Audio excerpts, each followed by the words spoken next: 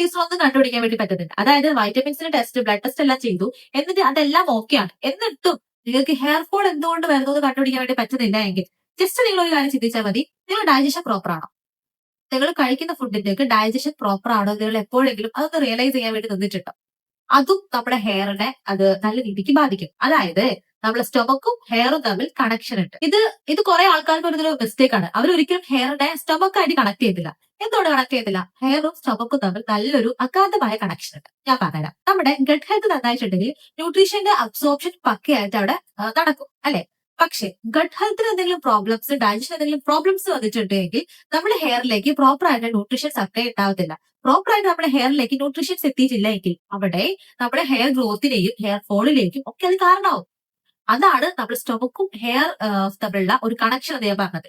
അതുകൊണ്ട് തന്നെ നമുക്ക് ഗട്ട് ഹെൽത്തും ഇംപ്രൂവ് ചെയ്യണം, ഡൈജഷൻ നല്ല രീതിക്ക് പക്കയാക്കി എടുക്കണം. ഇതെല്ലാം നമ്മുടെ ഹെയറിലേക്ക് നല്ല രീതിക്ക് ബാധിക്കുന്നുണ്ട്. കുറെ ആൾക്കാർ എന്നോട് പറഞ്ഞിട്ടുണ്ട്, അതുപോലെ തന്നെ കുറെ ആൾക്കാർ കണ്ടിട്ടുണ്ടായിരുന്നു. അതായത് ഒരുപാട് നല്ല ഫുഡുകൾ കഴിക്കും, ഫുഡ് പക്കയായിരിക്കും, അല്ലെങ്കിൽ സപ്ലിമെന്റ്സ് എടുക്കുന്നുണ്ട്, എല്ലാം പക്കയാണ്. എന്നിട്ടും ഹെയർ ഫോൾ ഫേസ് ചെയ്യുന്നുണ്ടെങ്കിൽ അവരുടെ ന്യൂട്രീഷൻ അബ്സോർപ്ഷൻ ആണ് അവിടെ പ്രോബ്ലം ആയിട്ട് വരുന്നത്. അത് ശരിക്കും നമ്മൾ റിയലൈസ് ചെയ്തിട്ടുണ്ടെങ്കിൽ മാത്രമേ നമുക്ക് എന്തേ ഉള്ളൂ, അതിന് വേണ്ടിയിട്ട് നമുക്ക് എന്തെങ്കിലുമൊക്കെ മാറ്റം വരുത്താൻ വേണ്ടി പറ്റുള്ളൂ. അപ്പൊ നമ്മുടെ ബോഡിയിൽ നമ്മളെ പല കാര്യങ്ങളും, ബോഡി നമുക്ക് കുറെ കാര്യങ്ങൾ ഹിഞ്ചുകൾ തരുന്നുണ്ട്. കാരണം അതിന് സംസാരിക്കാൻ വേണ്ടി പറ്റില്ല. നമ്മൾ മനസ്സിലാക്കണം എന്തെങ്കിലും ചേഞ്ചസ് വന്നിട്ടുണ്ടെങ്കിൽ എന്തുകൊണ്ടാണ് ആ ചേഞ്ചസ് നമ്മൾ മനസ്സിലാക്കണം.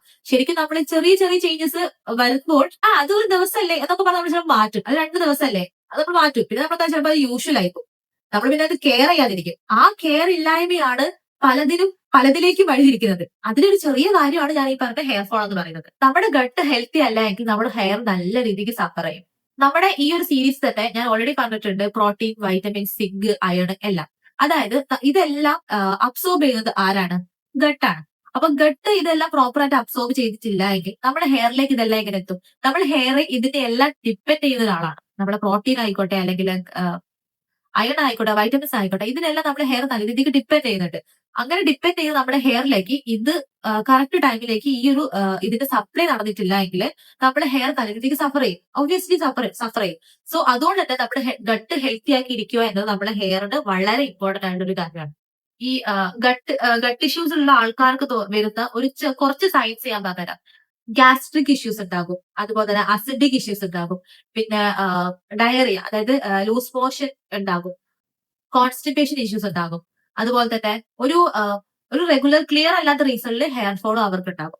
ഇങ്ങനത്തെ കാര്യങ്ങളുള്ള ആൾക്കാരാണെങ്കിൽ അവർക്ക് ഗട്ട് ഹെൽത്ത് ചെക്ക് ചെയ്യേണ്ട ആവശ്യമുണ്ട്. ഇങ്ങനത്തെ ഒരു സയൻസ് ഒക്കെ കാണിച്ചു തുടങ്ങിയിരിക്കുന്ന ആൾക്കാരാണെങ്കിൽ.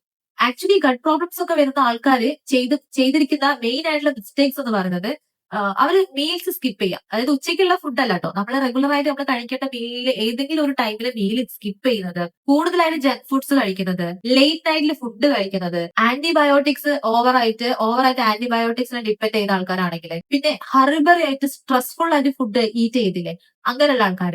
ഇതൊക്കെയാണ് ഈ ഗട്ട് പ്രോബ്ലംസ് ഒക്കെ ഉള്ള ആൾക്കാർ ചെയ്തിരുന്ന മിസ്റ്റേക്സ്. അപ്പൊ നിങ്ങളിപ്പോ അങ്ങനത്തെ ഈ പറയുന്ന ഏതെങ്കിലുമൊക്കെ രീതിയിലാണ് നിങ്ങളിപ്പോ ഫോളോ ചെയ്യുന്നതെങ്കിൽ നിങ്ങൾക്ക് ഇപ്പൊ ഇല്ലെങ്കിൽ ഭാവിയിൽ ചിലപ്പോൾ ഗട്ട് ഇഷ്യൂസ് വരും. അതാണ് ഗട്ട് ഇഷ്യൂസ് ഇപ്പൊ ഫേസ് ചെയ്യുന്ന ആൾക്കാരുണ്ടെങ്കിൽ അവർ പാസ്റ്റിൽ ചെയ്തിരിക്കുന്ന കാര്യങ്ങൾ, മിസ്റ്റേക്സ് ഇതൊക്കെയാണ്. ഇപ്പൊ നമുക്ക് ഗട്ട് ഇഷ്യൂസ് വന്നിട്ടുണ്ടെങ്കിൽ നമുക്ക് എന്ത് ചെയ്യാം, അതിനെ ഓവർകം ചെയ്യാൻ വേണ്ടിയിട്ട് എന്തൊക്കെ ചെയ്യാന്ന് വെച്ചിട്ടുണ്ടെങ്കിൽ നമുക്ക് പ്രോപ്പർ ആയിട്ടുള്ള സമയത്ത് നമ്മൾ ഫുഡ് കഴിക്കാം. റെഗുലർലി ഒരു കൺസിസ്റ്റന്റ് ആയിട്ടുള്ള സമയത്ത് ഫുഡ് കഴിക്കാം. അതുപോലെ തന്നെ പ്രോബയോട്ടിക്സ് കൂടുതൽ അടങ്ങിയിട്ടുള്ള ഫുഡുകൾ കഴിക്കാം. പ്രോബയോട്ടിക്സ് ഞാൻ പ്രോബയോട്ടിക്സ് എന്താ ഡീറ്റെയിൽ ആയിട്ട് പറഞ്ഞുതരാം. ഫൈബർ കണ്ടന്റ് ഉള്ള ഫുഡ് എന്ത് ചെയ്യാം, ഡെയിലി ഫുഡിൽ ഇൻക്ലൂഡ് ചെയ്യാൻ വേണ്ടി നോക്കാം.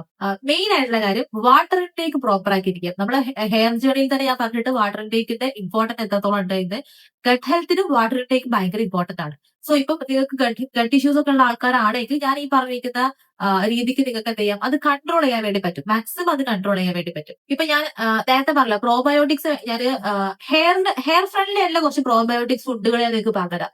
നിങ്ങൾക്ക് പറ്റുവാണെങ്കിൽ അത് നിങ്ങൾ കഴിച്ചു നോക്കുക. അത് ഈ പറയുന്ന സിംറ്റംസ് ഒക്കെ ഉള്ള ആൾക്കാരാണെങ്കിൽ എല്ലാ സീരീസിലും ഞാൻ പറയുന്നത് പോലെ തന്നെ ഒരു ഭയങ്കര ഹെവി ആയിട്ടുള്ള സ്റ്റേജ് ആണെങ്കിൽ നിങ്ങൾ ഒബ്വിയസ്ലി ഒരു ഡോക്ടറെ കൺസൾട്ട് ചെയ്തിട്ട് വേണം നിങ്ങൾ എന്ത് ചെയ്യാൻ, ഇതിനൊക്കെ ഒരു പരിഹാരം തേടാൻ വേണ്ടിയിട്ട്. പക്ഷെ നമുക്ക് സ്വയം ഒരു കോൺഫിഡൻസ് ഉണ്ടെങ്കിൽ നമുക്ക് ഇത് ചെയ്യാൻ വേണ്ടി പറ്റും. ഇപ്പൊ ഗട്ട് ഇഷ്യൂസ് ഒക്കെ ഉള്ള ആൾക്കാരാണ്. അതുപോലെ തന്നെ ഹെയർ ഫ്രണ്ട്ലി ആയിട്ടുള്ള കുറച്ച് പ്രോബയോട്ടിക്സ് ഫുഡുകൾ ഞാൻ പറഞ്ഞുതരാം. ഫസ്റ്റ് വൺ എന്ന് പറയുന്നത് കേട് നല്ലൊരു പ്രോബയോട്ടിക് ആണ്. അത് നിങ്ങൾക്ക് അറിയാം, കേട് ഭയങ്കര നല്ലൊരു പ്രോബയോട്ടിക് ആണ്. നിങ്ങൾക്ക് ഡെയിലി കഴിക്കുന്നത് വളരെ നല്ലതാണ്. അതുപോലെ തന്നെ ബട്ടർ മിൽക്ക്. അതായത് നേരത്തെ തൈരാ പറഞ്ഞതെങ്കിൽ ഞാൻ ഇപ്പൊ മോരാണ് പറയുന്നത്. അപ്പം കേർഡും ബട്ടർ മിൽക്കും വളരെ നല്ലതാണ്.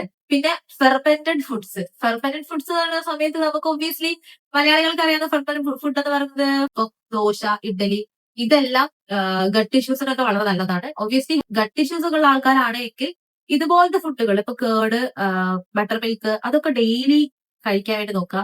പിന്നെ ഈ ദോശ, ഇഡ്ഡലി അങ്ങനത്തെ ബ്രേക്ക്ഫാസ്റ്റുകളിലേക്ക് എന്ത് ചെയ്യുക കോൺസെൻട്രേറ്റ് ചെയ്ത് തുടങ്ങാം. ബ്രേക്ക്ഫാസ്റ്റും ഡിന്നറും വേണേൽ നിങ്ങൾക്ക് എന്ത് ചെയ്യാം ഇതുപോലത്തെ ഫെർമെന്റഡ് ഫുഡിനെ നിങ്ങൾക്ക് എടുക്കാൻ വേണ്ടി. ഇപ്പൊ മെയിൻ ആയിട്ട് ഈ സീരീസ് നമ്മൾ പറഞ്ഞുകൊണ്ടിരിക്കുന്നത് നമ്മളുടെ ഫുഡ് കഴിച്ചത് നമുക്ക് ഇങ്ങനെ ഹെയർ ഗ്രോത്ത് സെറ്റ് ആക്കാന്നല്ലേ. പക്ഷെ നിങ്ങൾ എത്ര ഫുഡ് കഴിച്ചിട്ട് നമ്മൾ എടുക്കുന്ന ന്യൂട്രീഷൻ ഒന്നും അബ്സോർബ് ചെയ്യാൻ വേണ്ടിയിട്ട് നമ്മുടെ ഹെൽത്തിന് നമ്മുടെ ബോഡിക്ക് പറ്റിയിട്ടില്ല എങ്കിൽ നമ്മൾ എത്ര ഫുഡ് കഴിച്ചിട്ടും കാര്യമില്ല. അതുകൊണ്ടാണ് ഞാൻ ഈ നമ്മളുടെ ഈ ഒരു സീരീസിൽ ഗട്ട് ഹെൽത്തിന്റെ ഇമ്പോർട്ടൻസ് കൂടി ഞാൻ നിങ്ങൾക്ക് പറഞ്ഞു തരുന്നത്. അതായത് ഒരു ഇമോഷണൽ ഫാക്ട് പറയുവാണെങ്കിൽ നിങ്ങൾ നിങ്ങളുടെ സപ്ലിമെന്റ്സ് അല്ലെങ്കിൽ നിങ്ങളുടെ പൈസയൊന്നും വേസ്റ്റ് ചെയ്തില്ല.